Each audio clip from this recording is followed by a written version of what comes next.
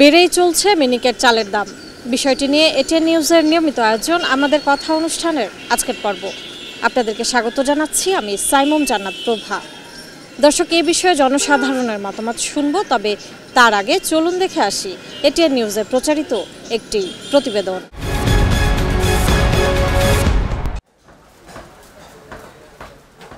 ৪৫ বছর ধরে রাজধানীর মোহাম্মদপুর টাউন হল বাজারে চালের ব্যবসা নুরুল ইসলামের। এবারই প্রথম দেখলেন রমজান মাসে হু হু করে বাড়ল চালের দাম। এক সপ্তাহেই মিনিকেট চালের দাম বেড়েছে কেজিতে ৭-৮ টাকা। কারণ হিসেবে কর্পোরেট প্রতিষ্ঠানগুলোর উপর দোষ চাপান তিনি। কর্পোরেট কোম্পানিগুলোর চালের মধ্যে ঢুকাইয়া যত ভেজাল হয়েছে। আগে যারা চাউল দান করতো, দান মিলে নিয়ে দিয়ে আসতো, এখন বাড়ি বাড়ি কিনে যায় ইয়েরা, ওই যে কর্পোরেট কোম্পানিগুলা এখন বাড়িতে বাড়িতে গিয়ে ইয়ে করে। কেবল মিনিকেটই নয়, রোজায় মোটা চালের দামও বেড়েছে। ৫২ টাকার নিচে মিলছে না মোটা চাল। এর সিন্ডিকেশনে যদি ভাঙা যায় তাহলে চালের দামটা রিজনেবল হবে আশা করি। ২ সপ্তাহ হিসাব করতে গেলে ব্যবধান প্রায় ১০ টাকা ১২ টাকা এরকম কোনো মিনিকেট। ভারত থেকে আমদানি অব্যাহত থাকায় সরু নাজির শাইলের দাম নিয়ন্ত্রণে রয়েছে। বছরের অন্য সময়ে যার দাম মিনিকেটের চেয়েও বেশি থাকে। চাইলের আমদানি মোটামুটি আলহামদুলিল্লাহ ভালোই আছে, কিন্তু বাজার কি আর খালি মিনিকেটের বাজার একটু বাড়তির দিকে চলছে। ২৮ আপনার ওই অন্যান্য নাজির এগুলি মোটামুটি ইন্ডিয়াতে চাল ঢুকার পর মোটামুটি একটা স্থির পর্যায়ে চলছে। সংকট দেখা দিতে পারে বলে বছরের শুরুতে ১৩ লাখ টন চাল আমদানির অনুমতি দেয় সরকার। খাদ্য মন্ত্রণালয়ের হিসেবে সরকারের মজুদ আছে প্রায় ১০ লাখ টন। এরপরও বেড়েছে চালের দাম। এসআরগুলা এরাই এটাকে বেশিরভাগ নিয়ন্ত্রণ করতেছে। এসআররা বলে যে হ্যাঁ মেলে দাম থাকে না, চাইল নাই, এখন সিজনে নাই, নতুন সিজনে আইলে একটু কমবো। ক্রাইসিসটা একটু বেশি সৃষ্টি করে দামটা বেশি নেয়, এটা হতে পারে, এটা ফালাই দেওয়া যাবে না। হ্যাঁ, আড়তদাররা জানান মাস দেড়েক পর বোরোদান উঠলে চালের বাজার নিয়ন্ত্রণে আসতে পারে। Abul Kalam Azad, ATN news, Dhaka.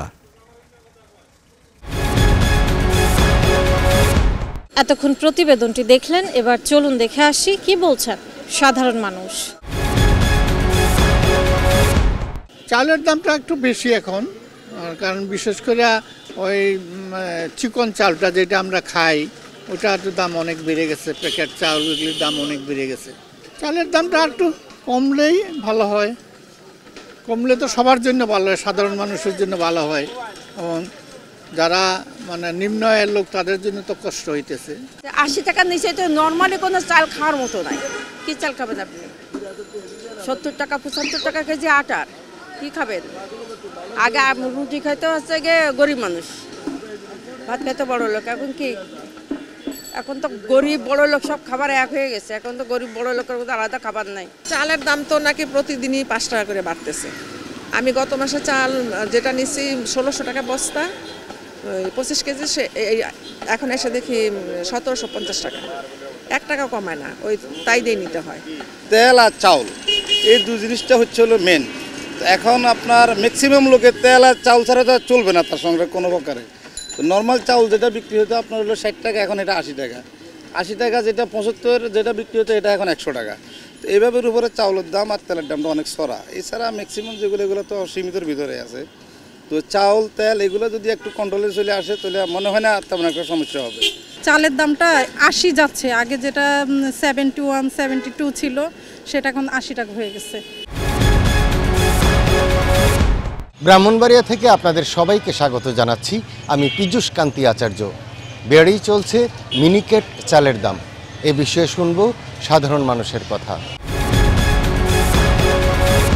রোজার মধ্যেই কয়েক দফা মিনিকেট চালের যে দামটা বেড়েছে, এটা একটা মূলত আমার কাছে মনে হচ্ছে যে দুরভিসন্ধিমূলক কাজ। কারণ হুট করেই কোনো কিছু সংকট তৈরি হয়ে যায় না। তো মিনিকেট চালের ক্ষেত্রে যেটা হচ্ছে যে একবার ৫ টাকা, একবার ৮ টাকা ১০ টাকা করে বাড়ছে। এটা কেন ঘটছে এটা খতিয়ে দেখা দরকার। মিনিকেট চাল আমাদের একটা দেশে উৎপাদিত একটা ফসল, আর আমাদের দেশে বর্তমানে যে চাহিদা অনুযায়ী যে মিনিকেট অথবা নাজির শাইল বা মোটা চাল যেগুলার চাহিদা আছে, এবং আমার জানা মতে দেশে পর্যাপ্ত পরিমাণে মজুদ আছে চাল, এবং এই চালের দাম বাড়ার কোনো প্রশ্নই ওঠে না। এটা একটা সম্পূর্ণ একটা কারসাজি।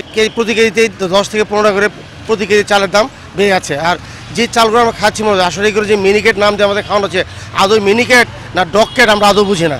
বিভিন্ন চালকে প্রসেসিং করে এবার এটার যে মূল উপাদান পুষ্টিকে ছেঁচে ফেলে দিয়ে আমাদের চিকন চাল নামে খাওয়ানো হচ্ছে, যা আমাদের স্বাস্থ্যসম্মত হবে এবং স্বাস্থ্য হানিকর বটে। তবে আমরা চাইবো যে এই যে চালের যে বাজার ঊর্ধ্বগতি এটার জন্য মোটেও খুচরা পর্যায়ে খুব একটা দায়ী বলে মনে করেন। এটার জন্য পুরোপুরি দায়ী হচ্ছে আমাদের সিন্ডিকেট লেভেল যারা আছে তারাই নিয়ন্ত্রণ করছে। যেভাবে চালের দাম বাড়তেছে আসলে নিম্ন যে মানুষগুলো অনেক কষ্টের মধ্যে আছে, কারণ একজন মানুষ 500 টাকা ইনকাম করে যদি 200 টাকা চাল নেয় আর 300 টাকা তো সংসার হইতো না। তাহলে এভাবে যে সিন্ডিকেট করতেছে এগুলো টাকা এই 4 মাস ধরে যে বাড়তেছে তাহলে টাকাটা কোথায় যা? এই সিন্ডিকেট ভাঙতে হবে। চালের দাম দিন দিন বাড়তেছে, একের পর এক বাড়তেছে। সরকার কি সিন্ডিকেট দেখতেছে বুঝতে পারছি না। আমরা নিম্ন আয়ের মানুষরা কীভাবে আমরা খাবো? সরকার তো একটু দেখার দরকার।